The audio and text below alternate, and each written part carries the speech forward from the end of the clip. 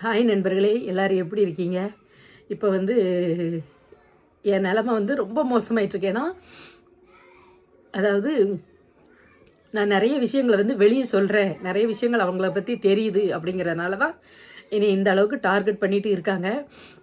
இந்த 2 நாளாக என்ன நடந்துச்சு அப்படிங்கிறது உங்களுக்கு தெரியாது. இந்த 2 நாளைக்கு முன்னால் என்ன நடந்துச்சு அப்படிங்கிறதுக்கு தான் நான் உங்களுக்கு இப்போ எல்லாத்தையுமே நான் சொல்ல போகிறேன்.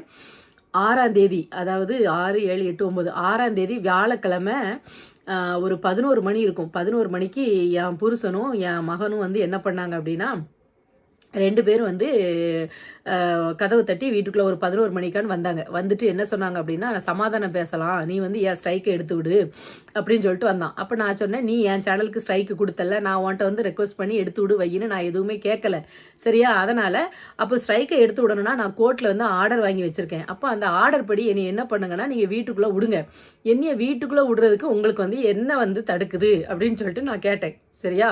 உடனே நான் சொல்கிறேன், கடவுள் மேலே சத்தியமா, என்னைய படைச்ச கடவுள் இல்லைன்னா எனக்கு கடவுளே வேணாம், என்னை எடுத்துக்கிட்டு இந்த கடவுள் மேலே சத்தியமா நான் சொல்கிறதெல்லாம் உண்மைக்கும் அவனுக்கு ஒரு பிள்ளை இருக்குது. நான் இவ்வளோ நாள் சாவ விடலை, அவனுக்கு ஒரு பிள்ளை இருக்குது. கண்டிப்பாக தான் கடவுள் நின்று கேட்கணும். ஆனால் அந்த பிள்ளைக்குன்னு நான் சொல்ல நண்பர்களை நான் பார்த்து பார்த்து வளர்த்தது. ஆனால் எவன் குடலை அப்படியே கருவை வச்சுக்கிட்டு இருக்கான். கருவை அவனை உண்மையை பேச சொல்லுங்க. என் கூடயே இத்தனை வருஷமா என்னை வச்சு எல்லா வீடியோவும் போட்டுட்டு என் வீடியோவை எல்லாத்தையும் இப்போ வேணும்னே டெலீட் பண்ணிட்டு, எதுக்குன்னு கேட்டிங்கன்னா, நான் போலீஸ் ஸ்டேஷனில் கம்ப்ளைண்ட் கொடுத்துருக்கேன் பார்த்துக்கோங்க. என்ன அப்படின்னா, அன்றைக்கி 11 மணிக்கு வந்துட்டு என்னையை அடிக்க வந்தார். என் மிஷின் மேலே இருக்கிற சிஸ்ஸரை தூக்கி குத்த வந்தார். உடனே நான் என்ன பண்ணிட்டேன்னா, வெளியே ஓடிட்டேன். வெளியே ஓடி பக்கத்து வீடு, ஒரு 4 வீடு தள்ளி ஒரு வீடு இருக்குது, அந்த வீட்டுக்குள்ளே போய் அந்த பிள்ளை வெளியே வாசலில் உட்காந்துருச்சு. அவட்ட சொல்லி அவள் வீட்டுக்குள்ளே போய் நான் ஒளிஞ்சிக்கிட்டேன். இவங்க 2 பேரும் திருப்பியும் அங்கே வந்தாங்க. நின்று என்னையை எவ்வளோக்குள்ள ஒரு பச்சை தேவனு ஏசணுமோ அந்த அளவுக்கு ஒரு 1000 அந்த போல இந்த போல நீ அவளை பிடிச்சி வச்சிருக்கேன். அந்த எனக்கு ஹெல்ப் பண்ண அந்த பிள்ளைய ஃபோட்டோ எடுக்க, வீடியோ எடுக்க வெளியே விடு, இல்லைன்னா உன் ஃபோட்டோவையும் வீடியோவையும் நாங்கள் என்ன பண்ணிடுவோம், வெளியே போட்டுருவோன்னா அந்த பிள்ளைய என்ன பண்ணாங்கன்னா மிரட்டினாங்க. அவள் அவங்களே ஒரு கால் நடக்க முடியாதவங்க ஹெல்ப் கேட்டிருக்காங்க, நான் பண்ணியிருக்கேன் அப்படின்னு சொல்லிட்டு, நைட்டு நேரம் ஏன் வந்தீங்க, எதுவும் பேசினாலும் காலையில் பேச வரலாம்ல அப்படின்னு சொல்லிட்டு அவங்க சொல்கிறாங்க. இவ்வளோத்தையும் ஒரு மணி என்ன இருக்கும் அப்படின்னா, 11 மணிக்கு ஆரம்பிச்சது 1:30 மணி வரைக்கும் உடலை பேசிகிட்டே இருக்காங்க. அப்பவும் அவன் மறுபடி கேட்கான், சேனலை ஸ்ட்ரைக்கை எடுக்க முடியுமா, இல்லைன்னா உன்னை நான் என்ன செய்வேனே தெரியாது, கழுத்தறுத்துருவான், கொன்னுருவான், காரை வச்சு இது பண்ணிடுவான், அப்படியே பல்ல கடிச்சு என்னென்னலாமோ சொல்கிறான். கடைசியில் நான் ஆணித்தரமாக எடுக்கவே முடியாதுல, என்ன செய்வியோ செய்யலை அப்படின்னு சொன்னேன். உடனே அந்த பிள்ளை வீட்டு கதவு வெறும் மரக்கதவு பார்த்துக்கோங்க. அந்த மரக்கதவை ஒரு மிதிச்சுட்டு நான் வீட்டுக்குள்ளே இன்னொரு வாசலில் உட்காந்துருந்தேன். அதுலேயும் மரக்கதவு, ரெட்டை கதவு. அந்த ரெட்டை கதவுக்கு ஊடையில என்னுடைய இந்த சோத்தாங்கால் மாட்டிக்கிட்டு இருந்த காலில் அட்டி அட்டி அட்டி அட்டின்னு அந்த கதவை வச்சு அடிச்சு என் காலே வீங்கி போச்சு. அப்புறம் ஒரு 2:30 மணிக்கு அதுக்கு பிள்ளை எல்லாம் பேசி, நீங்கள் வீட்டுக்கு போங்க, நாங்கள் நாளைக்கு பேசிட்டு அந்த அக்காவை பேசிட்டு பேச சொல்கிறோம் அப்படின்னு சொல்லி 2:30 மணிக்கு அனுப்பி வைக்காங்க. 2:30 மணிக்கு போன பிறகு அந்த அக்காவும் இன்னொரு அக்காவும் 2 பேரும் என்னை சேர்த்து என் வீட்டுக்குள்ளே கொண்டு விட்டு, நான் கொஞ்ச நேரம் இருங்க, பின்னால் போய் பாத்ரூம் இருந்துட்டு வரேன், பின்னால் செவருக்குள்ளே கூட ஏறி குதிச்சிடக்கூடாதுன்னு சொல்லி பாத்ரூம் இருக்க வச்சுட்டு என்னை அதுக்கப்புறம் லாக் பண்ணிக்கங்கன்னு சொல்லிட்டு அவங்க வீட்டுக்கு போனாங்க. போய் ஒரு 1/4 மணி நேரம் இருக்கும். அவங்க அப்போ தான் என்னை வீட்டுக்குள்ளே விட்டுட்டு போயிருக்காங்க. மறுபடியும் லைட் அடித்து கதவு இதில் நின்று சிசிடிவி கேமரா இருக்குது, கோயிலில் சிசிடிவி கேமரா இருக்குது, எங்கள் ஸ்ட்ரீட்டில் சிசிடிவி கேமரா இருக்குது, எல்லாத்துலேயும் அப்போ பதிஞ்சிருக்கும். நம்ம ஸ்டேஷனில் கம்ப்ளைண்ட் கொடுத்தோம்னா பார்த்துப்பாங்க அப்படின்னு தான் நான் நினச்சிட்டு இருந்தேன். திருப்பியும் மறுநாள் நான் என்ன பண்ணலைன்னா, நான் சத்தியமாக ஒரு தாய் உணர்வோட ஏற்கனவே கம்ப்ளைண்ட் கொடுத்து கேஸ் ஆகிருக்கேன், நம்ம அகைன் கொடுக்க வேண்டாம் அப்படின்னு சொல்லிட்டு நான் என்ன பண்ணலைன்னா, நான் போகலை. மறுநாள் எனக்கு 10th ஸ்கூல் இருக்குது அப்படிங்கிறனால நான் ஸ்கூலுக்கு போயிட்டேன். நான் ஸ்கூலுக்கு போயிட்டுருக்கேன். காலையில் 9:30 இருக்கும். என்னால் காலை கீழவே ஊட முடியல, அவ்வளோ ஒரு வலி எனக்கு. அந்த ஸ்கூலில் ஏதாவது டீச்சர்ஸோ இல்லை படிக்கிற பிள்ளைங்களோ உங்களுக்கு இருந்தால் நீங்கள் கேளுங்க. கோங்கராங்குறிச்சி ஸ்கூலில் தான் நான் வேலை பார்க்க, அந்த ஸ்கூலில் இருந்தால் கேளுங்க. அந்த அளவுக்கு கால் ஊட முடியாமல் ஆட்டோக்காரங்களை கூப்பிட்டு நீ தூக்க முடியாத அளவுக்கு என் உடம்பு என்னை ஏற்றி கூட்டிகிட்டு போய் கருங்குளம் அரசு ஆஸ்பத்திரி இருக்குது பார்த்தீங்களா, அங்கே வச்சு எனக்கு ஊசி போட்டு மாத்திரைலாம் கொடுத்து எக்ஸ்ரே எடுத்தாங்க, எலும்பு எதுவும் உடஞ்சிருக்கா அப்படின்னு சொல்லிட்டு. ஆனால் எலும்பு எதுவும் உடையில, அடியில் ரத்தம் கட்டு, அப்படியே ரத்தம் கட்டி அந்த ரத்தம் மேலே ப்ரெஷராக அந்த ரத்தம் போகாத அளவுக்கு இது பண்ணி பயங்கரமாக வலி. நான் வீடியோலாம் போட்டுக்கிட்டு இருக்கேன், ஷார்ட்ஸ்லாம், அதெல்லாம் ஏற்கனவே எடுத்து வச்ச பழைய ஷார்ட்ஸ். கால் ஊடையும்ல, இப்போ காலை வேணால் காமிக்க பாருங்க, அந்த அளவுக்கு வீங்கி இருக்கு. இப்பவும் இந்த வீக்கை வத்தவே இல்லை, இன்னும் உள்ள இருந்து எனக்கு நறுக்குன்னு குத்திட்டே இருக்கு. அதுக்கப்புறம் வெள்ளிக்கிழமை நான் அதே மாதிரி ஸ்கூலுக்கு போயிட்டு ஸ்கூலில் பூரா என்னை ஒரு ரெஸ்ட் எடுக்க தான் வச்சாங்க. ரெஸ்ட் எடுக்க வச்சுட்டு சாயங்காலம் அதே மாதிரி எந்திக்க கொஞ்சம் ஊனுற மாதிரி இருந்துச்சு. நான் வந்துட்டேன். அதுக்கப்புறம் இங்கே வெள்ளிக்கிழமை ஸ்கூல் விட்டு வந்து ஒரு 10 நிமிஷம் கூட இருக்காது, திருப்பி அகைன் வந்து வண்டி எடுத்துகிட்டு இங்கே வந்து நின்றுட்டான்.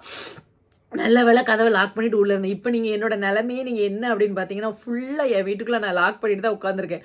ஒரு கோயிலுக்கு வெளியே போகிறதுக்கும் என்னால் முடியலை. வெளியே செத்த நேரம் போய் நைட் நேரம் அதில் கோயிலுக்கிட்ட உட்காருவோம், வாசலில் உட்காருவோம், பின்னால் போவோம், எதுக்குமே இல்லை. ஏன்னா எப்போ வந்து கதவை தட்டுவானுங்களோ அப்படின்னு நான் மரண பயத்தில் தான் நான் உட்காந்துக்கிட்டு இருக்கேன். எங்கள் அம்மா விட தள்ளி தான் இருக்குது. அவங்களும் எப்போவும் என் கூட இருக்க முடியாது, தனியாக இருந்துகிட்டு இருக்காங்க.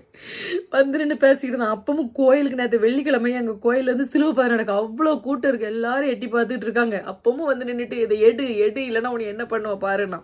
அதனால எங்கள் அம்மாட்ட யாரோ போய் சொல்லியிருக்காங்க. எங்கள் அம்மா பார்த்த உடனே தருவிக்குளம் போலீஸ் ஸ்டேஷனில் போய் எங்கள் அம்மா வந்து சொல்லிட்டு வந்திருக்காங்க. சொல்லிட்டு வந்தோடனே அங்கேருந்து ஒரு அரை மணி நேரத்தில் ஒரு போலீஸ் வந்தாங்க. போலீஸ் வர்றாங்கன்னு தெரிஞ்சோடனே இவன் என்ன பண்ணிட்டான்னா கார் எடுத்துகிட்டு போயிட்டான், அந்த வண்டி எடுத்துகிட்டு போயிட்டான். வண்டியில் தான் வந்தோன்னா வண்டி எடுத்துகிட்டு இவன் போயிட்டான். அதுக்கப்புறம் மறுபடியும் நான் சனிக்கிழமை வழக்கம் போல் ஸ்கூலுக்கு போயிட்டேன். ஸ்கூலுக்கு போனதுலேருந்து காலையிலேருந்து பார்த்தீங்க அப்படின்னா எத்தனை நேரம் எனக்கு கால், அத்தனை நேரம் மெசேஜ் எல்லாம் போட்டுட்டு நீ சேனலை எடுக்கலன்னு வை, 5 மணிக்கு மேலே உனி என்ன செய்வேன்னு தெரியாதுன்னு காரை வச்சுட்டு நிற்கான். ஸ்கூலுக்கு வந்திருக்கான். கரெக்டாக எத்தனை மணிக்குன்னா 12:45 மணிக்கு வந்திருக்கான். ஆனால் ஸ்கூலுக்கு வந்தே தெரியாது, ஃபுல்லாக மெசேஜில் தான் போட்டுகிட்டே இருக்கான்.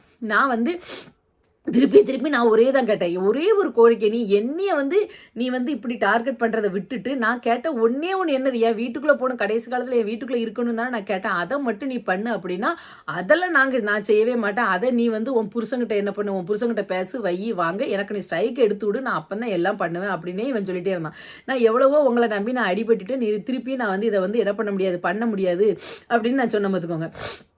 உடனே கரெக்டாக 12:45 எங்கள் ஸ்கூலுக்கு சாப்பாட்டு பெல் அடிக்கும். நான் ஆஃபீஸ் ரூம்குள்ளே கையெழுத்து போட போகிறேன். இவன் எங்கள் ஸ்கூலுக்குள்ளே வாரான். எங்கள் ஸ்கூலுக்குள்ளே வந்துட்டான். டக்குன்னு வந்து என்கிட்ட ஒரு வார்த்தை பேசலை. கடவுள் சத்தியமாக ஒரு வார்த்தை எங்ககிட்ட பேசாமல் எங்கள் ஹெச்எம் கிட்ட போய் இருந்து என்னையை பற்றி தப்பு சொல்கிறான். ஏதாவது எங்கள் அம்மா வந்து இந்த ஸ்கூலில் நடக்கிற அநியாயத்தெல்லாம் என்னமோ எங்கள் ஸ்கூலில் அநியாயம் நடந்த மாதிரி நான் இவன்கிட்ட சொன்ன மாதிரி, மெட்ரிகுலேஷன் ஸ்கூலுக்கு மிச்சமாக எங்கள் ஸ்கூல் அவ்வளோ ஒரு இதாக அவ்வளோ சூப்பராக இருக்கும், நீட்லேயும் சரி டீசன்ட்லேயும் சரி அப்படி இருக்கும். இவன் வந்து அதனால் நீங்கள் வந்து எங்கள் அம்மா வந்து உங்களை மிரட்டி வச்சுருக்காங்களா, பயப்படுவாங்களான்னு ஹெச்எம்ஏ போய் உள்ளே போய் மிரட்டுற மாதிரி அந்த மாதிரி ஒரு மாதிரி பேசியிருக்கான். பேசிட்டு என் குடும்ப பிரச்சனை இப்படி, எங்கள் அம்மா வீடியோ போடுறாங்க, எங்கள் அம்மா நீங்கள் இது பண்ணுங்க, வைங்க, வாங்குங்க, அப்படி இப்படின்னு கவர்மெண்ட் ஸ்டாஃபு இப்படி பண்ணுறா அப்படி பண்ணுறா அப்படின்னு சொல்லிட்டு என்னைய பற்றி நிறைய சொல்லியிருக்காங்க. நான் நிற்கவே இல்லை. நான் கையெழுத்த போட்டு நான் பாட்டுக்கு ஸ்டாஃப் ரூமில் வந்து உட்காந்துட்டேன். இன்னொரு டீச்சர் தான் அங்கே பக்கத்தில் உட்காந்துருந்தாங்க. அப்போ அந்த டீச்சர் வந்து என்ன சொன்னாங்க, மேடம் ஒரே ஒரு வார்த்தை மட்டும் சொன்னாங்களா, உங்கள் அம்மாவுடைய பணி வந்து சிறப்பாக இருக்குது. ஸோ உங்கள் அம்மாவை வந்து நாங்கள் என்ன பண்ண முடியாது, கூப்பிட்டு வச்சு உங்கள் ஃபேமிலி மேட்டரை நீங்கள் இப்படி பாருங்கள், உங்கள் பையன் இப்படி சொல்கிறான், என்னமோ சேனலாம் லாக்கான்னு சொல்கிறான்னு நான் வந்து எதுவுமே உங்கள் அம்மாவை சொல்ல முடியாது.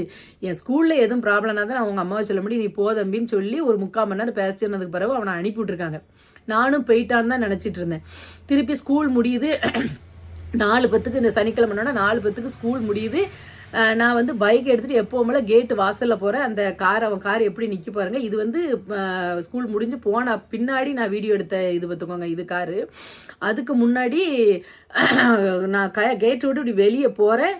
குறுக்க வந்து அது எங்களுக்கு கார் வர்ற மாதிரி பெரிய கேட்டு, குறுக்க வந்து கார் இப்படி நிப்பாட்டிட்டா. இங்கே டீச்சர்ஸ் எல்லாரும் போகிற வேன் இந்த சைடு நிற்கி, இந்த சைடு வந்து ஆட்டோ பிள்ளைகளாம் ஏற்றுறக்கு ஆட்டோ எல்லாம் நிற்கி, ஸ்கூல் ஸ்டூடெண்ட்ஸ் எல்லாருமே வெளியே அப்படியே ரவுண்டப் பண்ணி நிற்காங்க. காரை முன்னால் நிப்பாட்டிட்டு எல்லா டீச்சரும் சாரும் பார்க்குற அளவுக்கு நிப்பாட்டிட்டு என் வண்டியை மறித்து சேனலை எடுத்து விட்ட முடியாதா, என் சேனல் எனக்கு வேணும், இல்லைனா உன்னை என்ன செய்வேன்னு தெரியாது அப்படின்னு சொல்லிட்டு ஸ்கூல் முன்னால் எல்லாரும் பார்க்கத்தக்கனா, நீங்கள் எல்லாருமே ஆல்ரெடி என்கிட்ட கேட்டிருந்தீங்க, டீச்சர் உங்களை வந்து உங்கள் ஸ்கூலில் வந்து உங்களை முன்னால் விட்டு பின்னால் பேச மாட்டாங்களா டீச்சர் அப்படின்லாம் நீங்கள் கேட்டிருக்கீங்க. ஆனால் நான் சொல்லியிருக்கேன் அவங்களுக்கு நேரம் இருக்காது. ஏன்னா பரபரப்பாக இருக்கும் எங்கள் ஸ்கூலில் வந்து கிளாஸு, மற்றபடி பேசுகிறாங்களோ அது எனக்கு தெரியாது. அந்த அளவுக்கு தான் வந்து இருந்துச்சு. ஒரு மரியாதையோட தான் எல்லாரும் முன்னாலையும் வேணுக்குனே வந்து என்னை அங்கே அசிங்கப்படுத்தணும்னு ஹெச்எம்டே சொல்லி வெளியே இது பண்ணான். டீச்சர்ஸ்லாம் போய் சொன்னாங்க, தம்பி வீட்டு பிரச்சனையை வீட்டில் வச்சுக்கோ, வராத போகணும். உடனே நான் சுதாரிச்சுட்டு வெளியே நின்று எதுவும் பிரச்சனை நடந்தால் நம்மளுக்கு யாரும் ஹெல்ப் பண்ண மாட்டாங்கன்னு சொல்லிட்டு நான் டக்குன்னு ஸ்கூலுக்குள்ளே போயிட்டேன். ஸ்கூலுக்குள்ளே போனோன்னே அவன் வெளியே கார்லேயே நிற்கான். திருப்பி நான் ஸ்கூலுக்குள்ளே உள்ளே போயிட்டு நான் 100க்கு கால் பண்ணுறேன். 100க்கு கால் பண்ணோன்னே எங்கள் ஸ்கூல் வந்து ஸ்ரீவைகுண்டம் போலீஸ் ஸ்டேஷனுக்கு வந்து உட்பட்டது. உடனே அவங்க வந்து 100லேருந்து கால் பண்ணோன்னு 100ல் சொன்னாங்க, நாங்கள் வந்து பேசி விசாரிக்கோம் அப்படின்னு வந்து சொன்னாங்க. சொல்லிட்டு அங்கேருந்து ஸ்ரீகுண்டத்துலேருந்து எஸ்ஐ 2 போலீஸும் ஸ்கூலுக்கு வந்தாங்க. இவன் வர்ற வரைக்கும் காருக்குள்ளே தான் இருந்துட்டு இருந்தான். வந்தோடனே அந்த அவர் வந்து பையன் அப்படின்னு சொல்லிட்டு, சரி இந்த ஒரு நேரம் நான் வார்னிங் பண்ணி விட்றேன் அப்படின்னு சொல்லி வார்ன் பண்ணி விட்டாங்க. நான் கூட சார் இன்னும் எனக்கு பயமாக இருக்குது, நான் வல்லநாடு வரைக்கும் 13 கிலோமீட்டர் இங்கேருந்து வண்டியில் போகணும், அதுக்கப்புறம் நான் தருவிக்குள்ள பஸ்ஸில் 1 மணி நேரம் போகணும், திருப்பி தருவிக்குள்ளே போகணும், 50-60 கிலோமீட்டருக்கு மேலே நான் ட்ராவல் பண்ணி டெய்லி வந்துட்டு இருக்கேன். இந்த சேனல் லாக்கு அப்படிங்கிறக்காண்டி வந்து நின்றுக்கிட்டு என்னைய வந்து மிரட்டி உன்னைய காலக்கையை ஒடிச்சு போட்டு உன்னைய ஸ்கூல் போடாமல் ஆக்குற மாதிரி இப்போ வரைக்கும் அது கூட டார்கெட். திருப்பி திருப்பி உன்னைய என்ன பண்ணுற மாதிரி உன்னைய என்ன பண்ணுற மாதிரின்னு தான் சொல்லிகிட்டு இருக்குவேன் அப்படின்னு நான் வந்து சொன்னேன். உடனே சார் வந்து சரி மேடம், அப்போ 2 போலீஸ் அனுப்புகிறேன்னு பாருங்கள், அவங்களுக்கு எவ்வளோ இது இருந்தால் போலீஸ் அனுப்புவாங்க. வல்லநாடு வரைக்கும் எனக்கு போலீஸை துணைக்க அனுப்பி விட்டாங்க. நாங்கள் அவங்க சொன்ன மாதிரியே கெஸ் பண்ண மாதிரியே நடுவில் மணக்கரை தாண்டி ஒரு வழியில் பாதியில் ஒரு மரத்துக்கிட்ட அங்கே காரை நிப்பாட்டிட்டு மறுபடியும் நிற்கான். எப்படி தனியாக தானே வருவா, இவளை வந்து பார்த்துக்கலாம் அப்படின்னு சொல்லிட்டு உடனே போலீஸ்காரங்க பின்னால் வர்றதை பார்த்தோன்னே போயிட்டான். அவங்களும் வந்து அந்த நம்பரு கால் எல்லாத்தையுமே வந்து வீடியோ எடுத்தாங்க.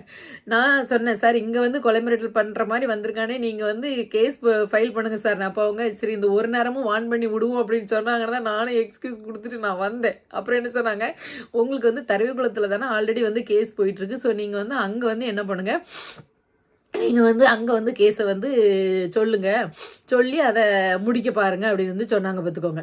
இப்போ நான் இதை அப்லோட் பண்ணிவிட்டு அடுத்ததை போடுறேன்.